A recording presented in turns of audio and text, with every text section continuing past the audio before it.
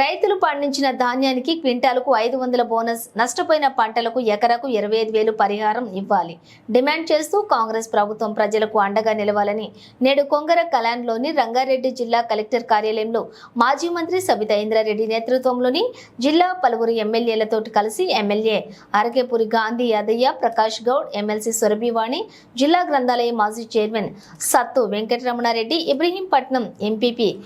కృపేష్, ఇతర ముఖ్య నేతలు అదనపు కలెక్టర్కు వినతి పత్రం అందజేశారు.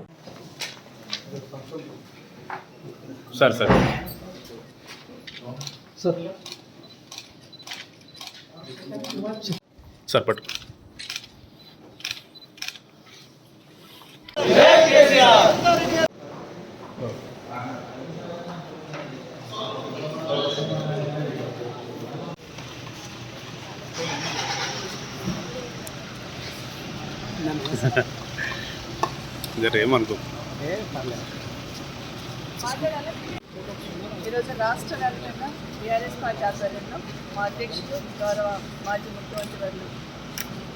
కల్వకుంట్ల చంద్రశేఖరరావు గారు ఇచ్చిన పిలుపు మేరకు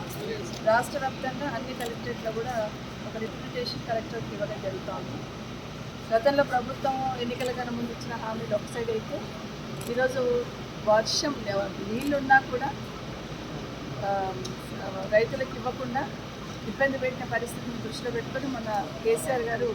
నల్గొండకు విజిట్ చేయడం జరిగింది. రాష్ట్ర వ్యాప్తంగా రైతుల పంటలు ఎండిపోయి, బోర్లు ఎండిపోయి,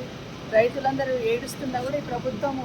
అసలు అటు పక్క తిరిగి కూడా చూడట్లేదు. సీతకన్ను వేసినట్టు ప్రవర్తిస్తున్న ఈ ప్రభుత్వం కళ్ళు తెప్పించే విధంగా కేసీఆర్ గారు మన నల్గొండకి విజిట్ చేయడం, అక్కడ పంటలన్నీ కూడా చూసి రైతుల బాధలు విన్న తర్వాత అవకాశం ఉండి ఉన్న నీళ్ళని కూడా కనీసం రైతులకు సరఫరా చేయకుండా నిర్వహణ లోపంతో రైతుల పంటలు ఎండిపోతూ ఉంటే ప్రభుత్వం సోద్యం చూస్తూ ఉంది. రైతులకు సంబంధించిన నీళ్లు రిలీజ్ చేయాలా, కాలువలలో నీళ్ళు రిలీజ్ చేయడానికి ఈరోజు రిజర్వాయర్లలో, ప్రాజెక్టులలో నీళ్ళున్నా కూడా కావాలని వాంటెడ్గా నీళ్లు రిలీజ్ చేయకపోతే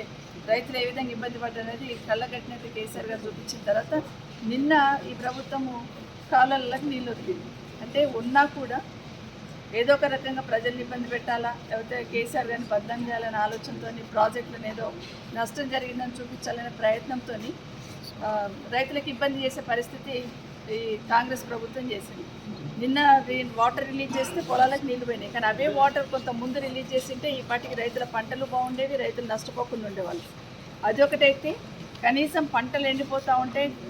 రైతులు ఆత్మహత్యలు చేసుకుంటూ ఉంటే కనీసం వాళ్ళ సైడ్ తిరిగి కూడా చూడకుండా 110 రోజుల పాలన చూస్తూ ఉంటే కనీసం రైతులు